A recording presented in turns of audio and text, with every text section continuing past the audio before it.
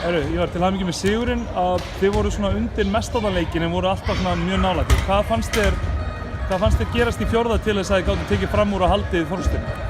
Já, náttúrulega bara vörnin var mjög góð, við skiptum mér í svæði og þeir fóru að hika og þeir hikstuðu mjög mikið á mótinni og þannig að við vorum undirbúið undir það að reyna að spila svæði svo þegar Eikóks fær út af.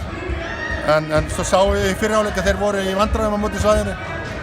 Þannig að en ég ákvað samt að spila ekki mikið svæðisvöld í fyrri hálfleik, heldur eiga það inni. Og það reyndist rétt á þessu tímapunkti.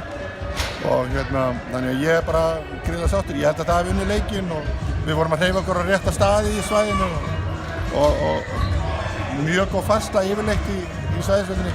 Og við fengum á hraða sóknir út af svæðinu. Og það má segja að það hefði skilað þessu sigur. Ég skilji. Þið eru að koma náttúrulega úr dálítið erfiðu tapið á móti Skallagrím í Borgarnesi seinast. Hvað veldur þessum ofboðslega styrk ykkar á móti sterkum liðum hérna heima? Já, erum við ekki bara búin að vinna flesta heimaleiki þetta? Bara ég held það. Já, ég held að það er bara heimavöllur sem er góður hjá okkur og en það er eins og menn komið betur gíraðir í þessa stóru leiki og en ég meina Borgnesingarnir, sko, ég ætla ekki að taka frá sköllunum og þeir spiluðu skynsamlega á móti okkur og þeir nýttu svona okkar veikleika fannst mér mjög vel og Finnur sett upp leikinn bara gríðarlega vel og þú veist, þó svo að við höfum verið lélegir í þeim leik og ég var ekki sáttur við þann leik og ég veit að leikmenn voru ekki sáttur við hann heldur en það var samt sem að þeir má ekki taka það af Skallagrím að þeir gerðu vel og þeir spiluðu á okkar veikleika og nýttu sér það og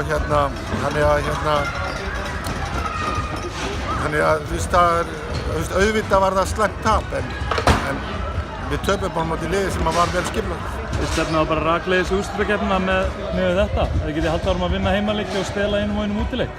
Já, það er náttúrulega stefnan en við vitum það að það verður erfitt. Við erum að keppa móti góðum liðum sem er í kringum okkur og það er ekkert gefið í þessu. Alls ekki. Til hamingju með sigurinn. Takk fyrir.